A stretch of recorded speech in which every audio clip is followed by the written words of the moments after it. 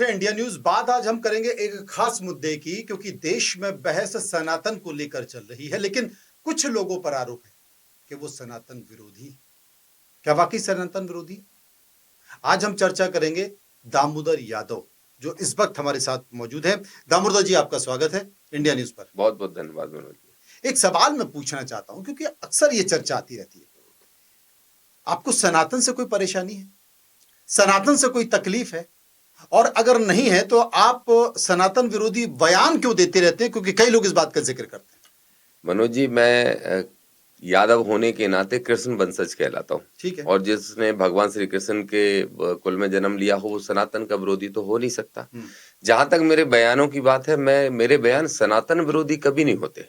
जो सनातन के नाम पे धर्म को धंधा बनाने का कोशिश कर रहे हैं, जो आडंबर पाखंड फैलाने की कोशिश कर रहे हैं, हम उनके चेहरे उजागर करने का काम करते हैं और कोशिश करते हैं कि जो सही सनातनी है उनकी आस्था के साथ खिलवाड़ ना हो।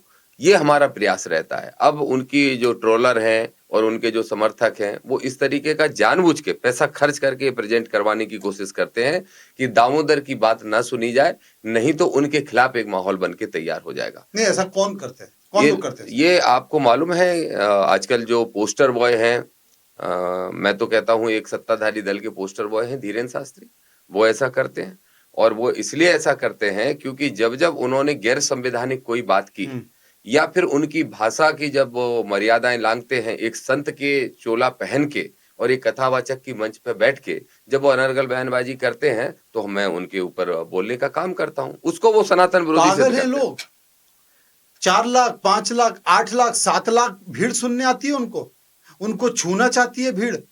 सुना है कि एक एक सभाओं के बड़े बड़े सूटकेस भी मिलते हैं उनको, और आप कह रहे हैं कि साहब जो है मनोज आडंबर है। जी, मुझे लगता है कि अगर ये देश हमारा बहुत बड़ा है, 150 करोड़ की आबादी का देश है, अगर 1% लोग भी इस गलतफहमी के शिकार हो जाते हैं, परेशान बहुत सारे लोग हैं कि किसी का कैंसर ठीक हो जाएगा, किसी के भूत प्रेत बाधाएं खत्म हो जाएंगी। मैं तो भूत प्रेत मानता नहीं, या इस तरह की कोई भी समस्याएं अगर दूर हो जाएंगी तो लोग इस चक्कर में धीरेन्द्र शास्त्री के पास आते हैं। मैं चुनौती से कह रहा हूँ, धीरेन्द्र शास्त्री एक बार ये घोषणा कर दें मैं दिव्य दरबार नहीं लगाऊंगा, सिर्फ कथा की मंच पे बैठ के, और एक बार कथा वाचन शुरू कर दें, 10,000 लोग भी उनकी कथा में नहीं पहुंचेंगे, क्योंकि उनको ग्रंथों का अध्ययन ही नहीं है।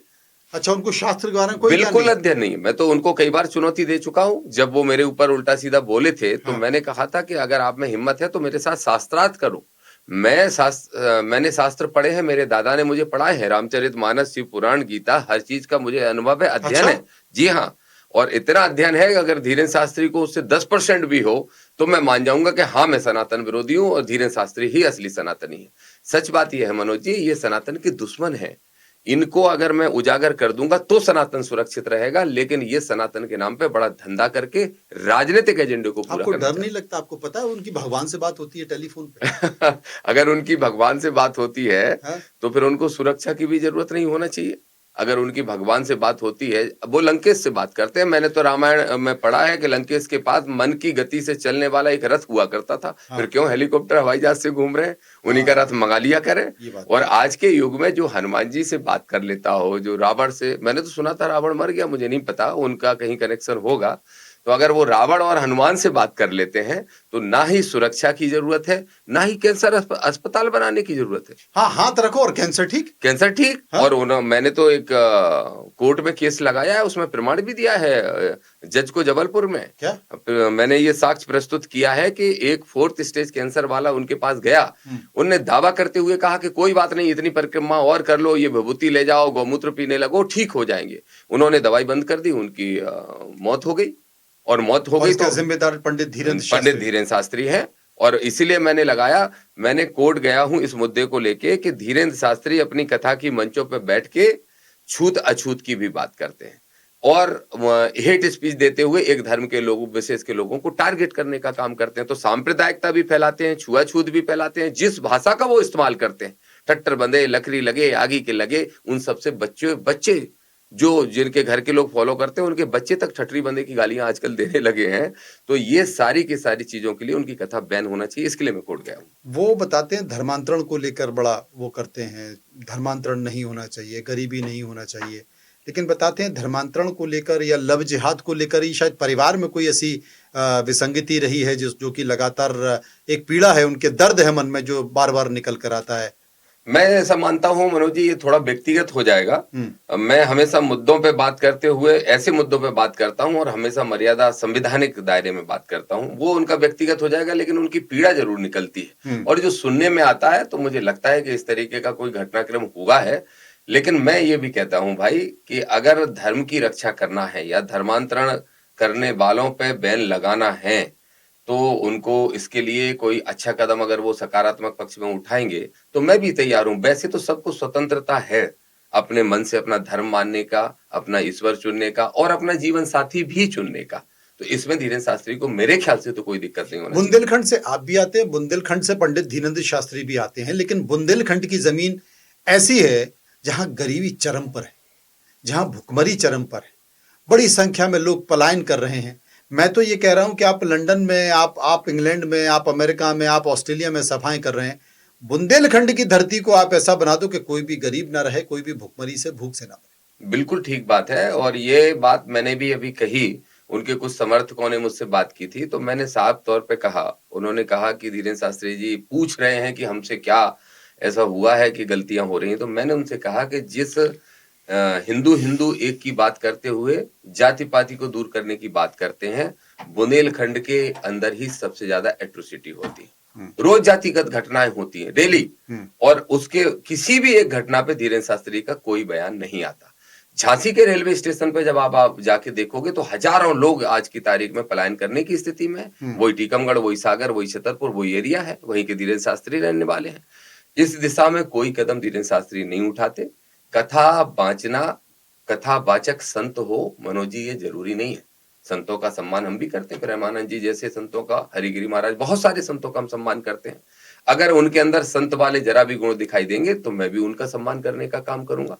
मैं कहूंगा आपके माध्यम से, आपका बड़ा चैनल है, आप बड़े पत्रकार हैं, एक संदेश देना चाहता हूं। दामोदर यादव किसी धर्म, किसी जाति, किसी वर्ग, किसी व्यक्ति का विरोधी नहीं है। जो गैर संवैधानिक बात होगी, जो मानवता के विरोध में बात होगी, हम उसका विरोध करेंगे। नहीं, पर मुझे लगता है कि आप धर्म विरोधी हो, आप सनातन विरोधी हो। अभी एक नवग्रह मंदिर बन रहा था जी, इतना बड़ा मंदिर, उसमें इतनी महंगी महंगी मूर्तियां लगी हुई हैं, इतना भव्य, करोड़ों, मुझे लगता है 100 करोड़ से ज्यादा खर्च करके मंदिर बनवा दिया गया, आप उसी का विरोध करने लगे। मैंने मंदिर का विरोध मनोज जी नहीं किया। मैंने ये कहा कि अगर मंदिर बनाना है तो सरकार वो जमीन पहले वापस ले ले, लीज पे दी हुई जमीन। कौन सी जमीन है वो? शुगर मिल के लिए जो जमीन लीज पे दी गई थी, अगर शुगर मिल किसी कारण से ठप पड़ गया, बंद पड़ गया, तो लीज धारक कभी किसी को दान नहीं दे सकता जमीन। तो कैसे किसी एक व्यक्ति ने लीज दान पे दे दी दूसरे व्यक्ति को? जो पूर्व गृह मंत्री जी हैं, उनके सारे के सारे रिश्तेदार हैं, उन सब ने एक ट्रस्ट बनाया और ट्रस्ट बनाने के बाद वो हजारों करोड़ की चूंकि जमीन है तो उस जमीन को हथियाने के लिए मंदिर का इस्तेमाल किया गया। आपको पता है पूर्व मंत्री नरोत्तम मिश्रा कानून मंत्री भी रह चुके हैं, गृह मंत्री भी रह चुके हैं, क्या उनको इस बात की जानकारी नहीं थी? इसीलिए तो वो कानून तोड़ना ज्यादा अच्छे से जानते हैं। अच्छा, कानून तोड़ा गया? कानून तोड़ना जानते हैं, कानून के साथ खेलना जानते हैं, इसीलिए उन्होंने कानून को तोड़ते हुए जमीन को हथियाने के उद्देश्य से, भूमाफियागिरी करने के उद्देश्य से ये सारा काम रचा किया है, ये षड्यंत्र रचा है। एक लीज धारक शिकायत कर रहा है चीफ जस्टिस, चीफ सेक्रेटरी को, चीफ मिनिस्टर को, कलेक्टर ग्वालियर को। कलेक्टर ग्वालियर से मेरी बात हुई, कलेक्टर ग्वालियर ने जांच शुरू कर दी, जांच का रिजल्ट आने वाला है, तब तक उसके बाद मंदिर का ओपनिंग शुरू कर देते हैं, काम शुरू कर देते हैं। मुख्यमंत्री जी से भी मैं कहूंगा, उनको भी नहीं जाना चाहिए था। वो मामला आज भी मैं कह रहा हूं कोर्ट में हम ले गए हैं, कोर्ट में ले जाने के बाद उसमें निर्णय होगा, सारे पत्ते खुलेंगे। जमीन जिन किसानों को मिलना चाहिए थी, जिन गरीबों को, आदिवासी शहरियों को मिलना चाहिए थी, उनको वापस मिलेगी। चला गया क्या? जी हाँ, कोर्ट में गया है। अब उसमें हमने याचिका लगाई है, उसको जैसे ही कोर्ट, हाई कोर्ट एक्सेप्ट करेगा, उसमें नोटिस जारी होंगे, बहुत जल्दी जारी होंगे। मुझे 15 तारीख का बताया था और कल 15 तारीख है, संभवतः कल हो सकते हैं, इसकी पूरी संभावना है। करोड़ों रुपए आप बर्बाद कर दोगे। मैं तो इतनी मेहनत से मेरे पास कहां से व्यवस्था करके लगाए गए हैं। सब लोग चंदा देते हैं भाई हमको कि भाई वकील को फीस दे दो, 10-5 हजार रुपए वकील को फीस दे दे तो दे दे, नहीं दे दे तो वकील भी ऐसे हैं जो संविधान को बचाना चाहते हैं। इनने जो सैकड़ों करोड़ रुपया खर्च किया, वो कहां से आया?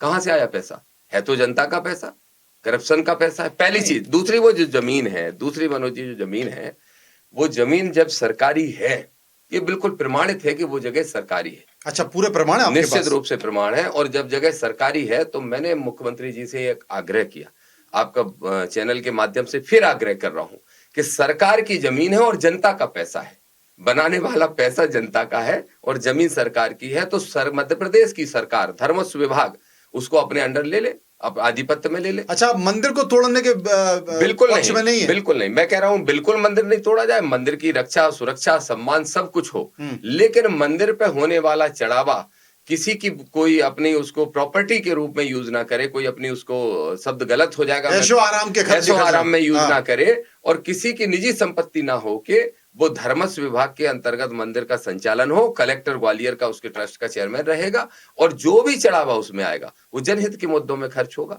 जनता के विकास के लिए खर्च होगा, क्योंकि वो पूरा का पूरा पैसा फिर सरकार के पास होगा। अभी करोड़ों रुपए कमाने के उद्देश्य से एक नई दुकान पूरे प्रदेश में बिल्डोजर चल रहे हैं। जरा जरा से बात हुई बोले सरकार ने इतनी जमीन खाली कराई, उतनी सरकारी जमीन खाली कराई, सैकड़ों, करीब 3,500-4 हजार एकड़ जमीन है वो, और 100-150 एकड़ में ये मंदिर बना है, बाकी तो सारी जमीन खुर्द-बुर्द हो ही रही है।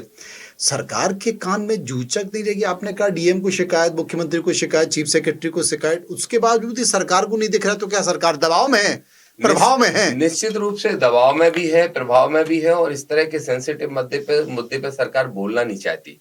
अगर आप इस पूरे घटनाक्रम को देखेंगे तो नरोत्तम मिश्रा जी ने जब मंदिर बनवाना शुरू किया, जिसको बोलते हैं धीरे धीरे धीरे अपना पैर फैलाना, वो एक तरह से करते गए, और जब उन्होंने उसको एक मंदिर के रूप में अनाउंस कर दिया कि अब मंदिर नवग्रह मंदिर बन रहा है, एशिया का पहला, विश्व का पहला, तो फिर आज किसकी हिम्मत है? जो कदम उठाता है तो वो सनातन विरोधी घोषित होने की कगार पे आ जाता है, जैसे मेरे लिए लोग करने लगते हैं। तो एक तो सरकार ये हिम्मत नहीं जुटा पाई, और निश्चित रूप से सत्ता में रसूख तो उनका है, तो कोई ना कोई दबाव तो रहा होगा, लेकिन जवाब तो कोर्ट मांगेगा भाई। न्यायालय तो राजनीतिक दबाव में नहीं है, ऐसा मैं मान के चलता हूं, और न्यायालय जरूर पूछेगा, कि कलेक्टर से भी पूछेगा, उसमें पार्टी कलेक्टर भी बनेंगे, चीफ सेक्रेटरी बनेंगे, और मुझे लगता है चीफ मिनिस्टर को भी बनना चाहिए। एक मैंने शेर सुना था जी, वो किनारे पे घर मत बना लेना, लौट के आऊंगा मैं समुंदर हूं, ऐसा कुछ आड़ा तिरछा टाइप का था। तो राजेंद्र भारती इसका उदाहरण है। राजेंद्र भारती को उन्होंने चैलेंज दिया था, घर मत बना लेना, मैं लौट के आऊंगा। राजेंद्र भारती लहरों में बेचारे उनका घर टूट गया। क्या है ये केस? देखिए, ऐसा है कि आज से कई साल पहले इलेक्शन कमीशन ऑफ इंडिया ने भी उनको अयोग्य घोषित कर दिया था, लेकिन उनकी सदस्यता नहीं गई, नरोत्तम मिश्रा की। अच्छा, उनकी सदस्यता नहीं जाती, सालों तक नहीं जाती। हमारी मध्य प्रदेश की विधानसभा अध्यक्ष जी उनकी सदस्यता को तो सुनी नहीं करते, लेकिन राजेंद्र भारती की अगर सदस्यता गई, 1 बजे डिसीजन होता है और रात को 10:30 बजे सदस्यता चली जाती है, और रात को 10 बजे विधानसभा खोली जाती है। ऐसी क्या आफत आ रही थी? तो निश्चित रूप से इस पर सवाल खड़ा होता है। दूसरा, मैं आपको स्पष्ट तौर पर बताऊं, ऐसा है कि समुद्र के किनारे राजेंद्र भारती ने घर बनाया था, सीमेंट अच्छी नहीं लगाई थी। अच्छा। अब हम अच्छी सीमेंट लगाएंगे। संविधानवादी सोच के लोग इकट्ठे होके, मानवता को बचाने वाले किसान और मजदूर और नौजवान सब इकट्ठे होके दतिया को भय मुक्त, मतलब आप ये कहना चाह रहे हो कि राजेंद्र भारती को लेकर ये डायलॉग दे दिया था, दामोदर यादव को लेकर ये डायलॉग मत दे देना। दे दें तो फिर उनको पता चलेगा, दे दें, मेरी चुनौती है, दे दो। कितने डायलॉग हैं आपको? वो भी जानते हैं मुझे लेके कोई डायलॉग देंगे नहीं वो, क्योंकि उन्हें मालूम है नहीं, वो मुझसे दामोदर यादव से नरोत्तम मिश्रा डरते हैं क्या? दामोदर यादव से नहीं, संविधानवादी सोच और जागृति जिसके भी मन में है, उससे नरोत्तम मिश्रा डरते हैं, और डरते हैं, और डरेंगे, इसलिए डरेंगे। देखिए, चोर की दाढ़ी में तिनका, उनको मालूम है उन्हें क्या क्या गड़बड़ियां की, उन्हें मालूम है कि ये लड़ना जानता है, वो उन्हें मालूम है कि ये झुकना नहीं जानता, इसलिए डरते हैं। अभी जो सर्वे सोशल मीडिया पे चल रहे हैं, 70-30% का रेशियो आ रहा है, लोग कह रहे हैं मैं लड़ूंगा चुनाव, मैंने तय कर लिया, और मैंने इसीलिए तय किया कि आदरणीय राजेंद्र भारती जी के जो प्रयास थे नाकाफी रहे। दतिया की जनता ने बड़ी उम्मीद के साथ उनको इसलिए बनाया था कि एक बार ये भय का माहौल समाप्त करो, और जो जहां से आया, जो जंजाल से आया, वो सोता करो। राजेंद्र भारती ने भी बड़ी बड़ी बातें की थी कि भय का माहौल खत्म कर दूंगा, ये कर दूंगा, वो कर नहीं पाए। वो भले ही नहीं कर पाए हो, लेकिन मैं कर सकता हूं, ये दतिया की जनता अच्छी तरह से जानती है, और मैं अभी भी करता हूं। अभी भी अगर दतिया में कभी भी कोई संकट आता है, तो भले भारती जी घर से निकले हो ना निकले हो, लेकिन हमारे साथी जाके सड़कों पर लड़ाई लड़ते हैं, और इसीलिए ये डरते हैं, और डर का कोई बड़ा कारण भी नहीं। तो चुनाव लड़ना तय कर लिया अपन ने, चुनाव लड़ेंगे? मेरी बात आदरणीय चंद्रशेखर आजाद जी से एक जनरल डिस्कशन हुआ था, उन्होंने ही मुझे वो विधानसभा अध्यक्ष का लेटर भेजा था, तो उन्होंने मुझसे कहा कि दतिया में बहुत भय का माहौल है, आपको चुनाव लड़ना चाहिए। तो मैंने कहा मैं दतिया जाके देखता हूँ। मैं तो देखने ही जा रहा था, तब तक उन्होंने अनाउंस ही कर दिया, एज ए कैंडिडेट ही घोषित कर दिया। आज कौन से सी? 10 दिन पहले आजाद समाज पार्टी भीमार्मी से, और अच्छा, मैं एज ए कैंडिडेट घोषित हो गया हूँ। अब नई पार्टी है, कांग्रेस, मुझे लगता है कि पहले कैंडिडेट होंगे आप मैं विधानसभा के? सिवड़ा से लड़ा था विधानसभा चुनाव नहीं, इसी पार्टी से, इस पार्टी से। इस और 30,000 वोट पाया था और मात्र 10,000 वोट से बीजेपी से हारा था। अच्छा, हाँ, तो दतिया में क्या रहेगा? दतिया में मैं समझता हूँ कि 1 लाख के आसपास वोट पड़ना चाहिए हमें। और देखिए, दतिया का चुनाव इस बार उन 2 चेहरों के बीच में होगा। एक चेहरा वो जिसके कुछ समर्थक हैं, और एक वो चेहरा ढूंढ रही है जनता जो उस चेहरे को हरा सकता है, किस चेहरे को? नरोत्तम मिश्रा के चेहरे को। तो अभी आपने कैसे तय कर लिया कि पार्टी नरोत्तम मिश्रा को टिकट दे देगी? ऐसा मुझे लगता है, क्योंकि नरोत्तम मिश्रा के इशारे पे बहुत सारी चीजें चल रही हैं। नरोत्तम मिश्रा के जब नवग्रह मंदिर में, जिसमें हजारों करोड़ का घोटाला है, उसको जब सरकारें नहीं रोक पा रही, वो पार्टी नहीं रोक पा रही है, डिसीजन एक दिन उसी दिन आता है, उसी दिन संस्था की जिस तरह की तेजी हो रही है, मुझे लगता है ये सब कुछ प्लान्ड है। इसीलिए किया गया है कि नरोत्तम मिश्रा को वापस विधानसभा भेजने की कोशिश की जाए, लेकिन उसकी उनकी राह में रोड़ा दतिया की नरोत्तम जनता मिश्रा है। वाकई इतने प्रभावशाली नेता है क्या? उनकी पार्टी के अंदर होंगे, लेकिन जनता में प्रभाव खो चुके हैं, ये स्पष्ट है। आपको डर नहीं लगता? बिल्कुल डर नहीं लगता। क्योंकि चुनाव में देखो इतना बाहुबल, पूरी सरकार उनके साथ है, रात को विधानसभा खुलवा दी, भारती को निपटा दिया, आपको डर नहीं लगता? आपके लोग भी परेशान हो सकते हैं, धमकियां मिल सकती हैं। देखिए, ऐसा है कि जब जिसके साथ जन सैलाब और जनबल होता है, जनबल इस लोकतंत्र में सबसे बड़ा बल होता है। मेरे पास जनबल है, मैं जानता हूं, अगर मेरी नई पार्टी है, उसके बाद हम 15 दिन के चुनाव में 30,000 वोट सिमड़ा से ला सकते हैं। तो अभी तो बीजेपी कांग्रेस का कैंडिडेट घोषित नहीं, और हमारे लोगों ने तैयारी शुरू कर दी। हम 1 लाख वोट भी लाएंगे, और हम जैसे लोगों को छेड़ने की गलती कोई सत्ताधारी नहीं करेगा। क्या कर लोगे आप? मैं वही करूंगा जो आंदोलन हो रहे हैं दूसरे देशों के अंदर। अच्छा, दूसरे देशों के अंदर? हाँ, जो लोकतंत्र को बचाने के लिए देशों के आंदोलन अंदर? हो रहे, हाँ। अनारकी पैदा कर देंगे नहीं, आप? अनारकी नहीं, सिविल वॉर हो जाएगा? नो नो नो सिविल फिर? वॉर। संविधान को बचाने के लिए हमारा देश शांति प्रिय है, संविधानिक है। आज हमारे देश में कभी उस तरीके का माहौल बना नहीं, लेकिन वो आंदोलन जरूर हम करके दिखा देंगे कि सत्ताधारियों की सत्ता हिला देंगे, उनकी चूल्हे हिलाने का काम करेंगे, और मुझे नहीं करना पड़ेगा। आदरणीय मनोज जी, जो भी बयान हम लोग जारी कर रहे हैं, आप देख सकते हैं, लाखों कमेंट आते हैं, उसमें 80-90% लोग एक ही बात कर रहे हैं, संविधान को बचाओ, लोकतंत्र को बचाओ, और कोई नहीं बचा सकता। हम लोगों से उम्मीद कर रहे हैं, इसलिए हम आगे खड़े हैं। दामोदर जी, समाज में बड़ी वैमनस्यता हो गई है, और चंबल संभाग में चर्चा लगातार ये चल रही है कि आजाद समाज पार्टी जो है, उस समाज में विघटन पैदा कर रही है। अभी आपने देखा जिस तरीके से अनिल मिश्रा के बयान आए, आपकी पार्टी के लोगों के बयान आए, आपको लगता है कि समाज के लिए बेहतर है? बिल्कुल भी बेहतर नहीं है, और इसके लिए जिम्मेदार सरकार है। मैं ये कहता हूं कि जब से मैंने होश संभाला, आज तक 70 साल के अंदर एक ही बात हम सुनते आए हैं कि भारतीय संविधान को रचने में, लिखने में सबसे बड़ी भूमिका आदरणीय डॉक्टर बाबा साहब अम्बेडकर जी की रही है। अचानक से कोई रातों रात खड़े होके बाबा साहब के पोस्टर जला के जूतों तले रौंदने का काम करता है, और उनको जाति सूचक गालियां देने का काम करता है, तो ऐसा संभव नहीं है कि बाबा साहब के फॉलोअर्स को गुस्सा ना आए। लेकिन आदरणीय मनोज जी, मैं आपको स्पष्ट तौर पे बताऊं, जब जब आजाद समाज पार्टी भीम आर्मी के कोई आक्रामक आंदोलन घोषित हुए हैं, तो मेरे हस्तक्षेप से आदरणीय चंद्रशेखर आजाद जी के निर्देश पे वो आंदोलन वापस लिए गए, ताकि वहां की का सौहार्द ना बिगड़े। चाहे जूता फेंक आंदोलन रहा हो, चाहे लाठी वाला आंदोलन रहा हो, हम लोगों ने कहा कि इस तरह के आंदोलन नहीं होना चाहिए वहां की प्रशासन की रिक्वेस्ट पे, और हमने इस बात का ध्यान रखा। अब सोचना यह है, और जांच का विषय यह है कि वो चंद लोग 4, 6, 8, 10 खड़े होके रोज सड़क पे माहौल गर्म करके और अनावश्यक वातावरण गंदा करते हैं, उनको संरक्षण किसका है? किसका संरक्षण है? क्यों उनसे शासन प्रशासन डरता है? या तो सत्ता का संरक्षण है, या फिर कोई ऐसा संरक्षण है जो हमें दिखाई नहीं दे रहा है। और निश्चित रूप से वो लोग माहौल खराब कर रहे हैं। फिर भी हम आपके माध्यम से अपनी जिम्मेदारी को एहसास करते हुए विश्वास दिलाते हैं कि हमारी तरफ से, हमारी पार्टी, हमारे संगठन की तरफ से कभी ऐसी स्थिति नहीं बनेगी कि वहां पे आपस में मतभेद होकर लड़ाई की स्थिति। लेकिन माहौल तो दोनों तरफ से खराब हो रहा है ना, एक तरफ अनिल मिश्रा माहौल खराब कर रहे हैं, दूसरी तरफ संतोष वर्मा माहौल खराब कर रहे हैं। मैं उनसे भी सहमत नहीं हूं। कोई भी इस तरीके की बयानबाजी जिससे जाति सूचक या किसी जाति या किसी वर्ग या किसी लिंग का अपमान हो, ऐसी बात किसी को नहीं करना चाहिए, ये मेरा स्पष्ट इस पर राय है। लेकिन अनिल मिश्रा जैसे लोगों का अभी आप देखिए, रोज बयान देते हैं। एक कोई अभी बयान ऐसे वहां के लोग दे रहे थे कि वो आके दिखाए, दामोदर यादव साला आके दिखाए। मुझे लोग बार बार भेज रहे हैं, मैं बोलता हूँ इस पर कोई बयान देने की जरूरत नहीं है। कई बार लोग फेम पाने के लिए, थोड़ा सा आने के लिए पिक्चर में, ऐसा सब तो करते पहुंच रहते जाओ एक दिन, घर पे पहुंच जाओ, बोले पंडित जी लाओ चाय पिलाओ हैं। हाँ, यार। मैं ये कर सकता हूँ। हाँ लाओ चाय पिलाओ यार, बताओ यार। मैं बिल्कुल ये कर सकता हूँ। हाँ, मैंने ये सोचा है कि शुरुआत तो किसी को करनी पड़ेगी इस तरह दामोदर के जी। जो भी लोग हैं उनके घर हो चाय सकता पीने। है किसी का राजनीतिक एजेंडा हो, हाँ, तो बिल्कुल उस हो सकता है। राजनीतिक एजेंडे पे ही कम से कम एक लोटा पानी डाल दो। नहीं, आपकी सलाह सही है, आपका सुझाव बिल्कुल सही है, और मैं भी इस तरह का सोच रहा था कि निश्चित रूप से मैं ऐसा कोई कदम उठाने वाला हूँ। चलिए, ये बताइए, क्योंकि मुझे लगता है कि राजेंद्र भारती अयोग्य अगर घोषित हो गया, अभी तो कोर्ट एक डिसीजन लेगा, कांग्रेस के पास पता नहीं दूसरा कैंडिडेट है या नहीं, क्या दामोदर यादव के पास कांग्रेस से कोई ऑफर वगैरह आ रहा है? देखिए, कांग्रेसी बहुत सारे लोग हमारे मित्र हैं जो चाहते थे कि मैं क्योंकि कैंडिडेट तो वहां पर दामोदर यादव ही दिखाई दे रहे हैं। देखिए, अगर ऐसा है तो कांग्रेस को कैंडिडेट नहीं उतारना चाहिए फिर। अच्छा। लेकिन मैं पार्टी नहीं छोड़ सकता विधायक बनने के लिए, क्योंकि मैं पॉलिटिकल पर्सन बाद में हूं। मैं एक सोशल रिफॉर्मर की भूमिका में काम करना ज्यादा पसंद करता हूं, इसलिए एमएलए एमपी बनना एक सीढ़ी मात्र है मेरे लिए। तो मैं जिस संविधानवादी सोच से, जिस अम्बेडकरवादी मिशन में, जिस मानवतावादी सोच से काम कर रहा हूं, उस राह से मैं नहीं भटक सकता। अगर कांग्रेस को ऐसा लगता है कि उन्हें उस आदमी को रोकना है जिसने कभी इनकी सरकार गिराने में सबसे बड़ी भूमिका निभाई थी, तो कांग्रेस को हमारा साथ देना चाहिए। हम उनका साथ लेने के लिए स्वागत है उनका।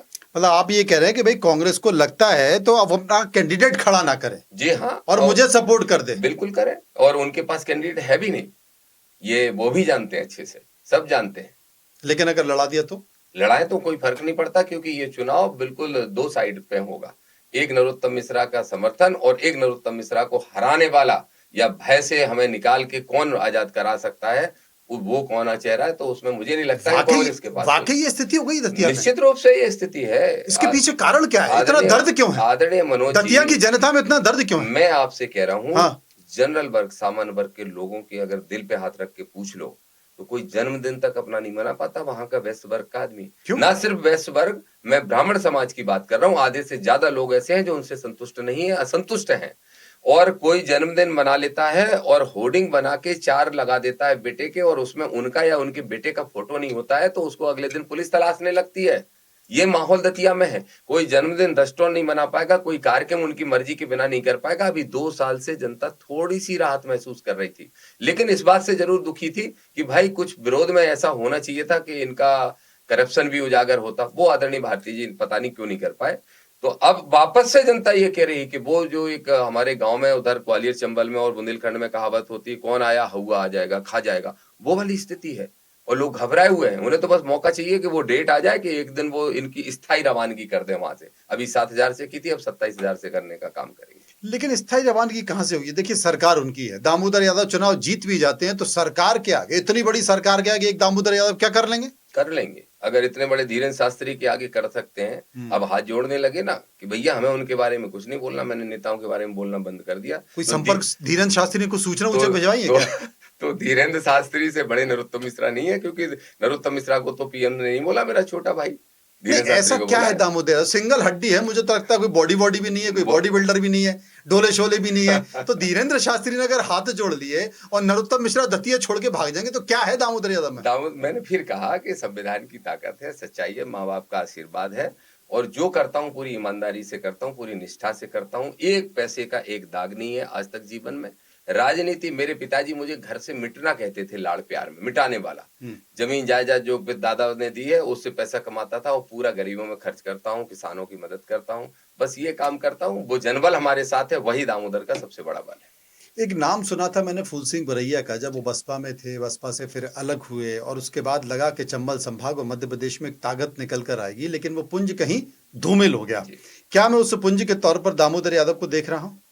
निश्चित रूप से मैं बरैया जी के से मुझे भी उम्मीद रही थी, वो जिस भी परिस्थिति में उनका बिगड़ा मामला, लेकिन मैं ये मानता हूं कि उससे उनके जैसा मूवमेंट चल रहा था उससे 4 गुना ज्यादा वेग से हम अपना मूवमेंट चला रहे हैं। और ये मूवमेंट मैं फिर स्पष्ट कर दूं आपको, किसी जाति वर्ग धर्म के खिलाफ बिल्कुल नहीं है, ना किसी व्यक्ति के खिलाफ है। व्यवस्था परिवर्तन करने की दृष्टि से ये मूवमेंट है, और मैं समझता हूं कि जो रिक्त स्थान है मध्य प्रदेश में तीसरे विकल्प का, वो भरने का काम हम करेंगे। और ये तीसरा विकल्प तीसरा नहीं होगा, ये सत्ता से चुनौती के साथ लड़ने वाला विकल्प होगा। कांग्रेस इसमें कहीं पीछे खड़ी दिखाई देगी, हम बीजेपी से टकराएंगे। दामोदर जी, आपने कहा है तो मैं कोशिश करूंगा उस पर भरोसा करने की, और देखते हैं कि दतिया की स्थिति क्या होगी, क्योंकि अब बहुत ज्यादा दूर जी। मध्य प्रदेश में 2029-28 भी नहीं है, बहुत नजदीक है, लेकिन उसके पहले दतिया है। तो जी। देखते हैं कि आपने जो बातें कही हैं वो पूरी होती है नहीं। आपको बहुत बहुत शुक्रिया। थैंक यू, बहुत बहुत धन्यवाद।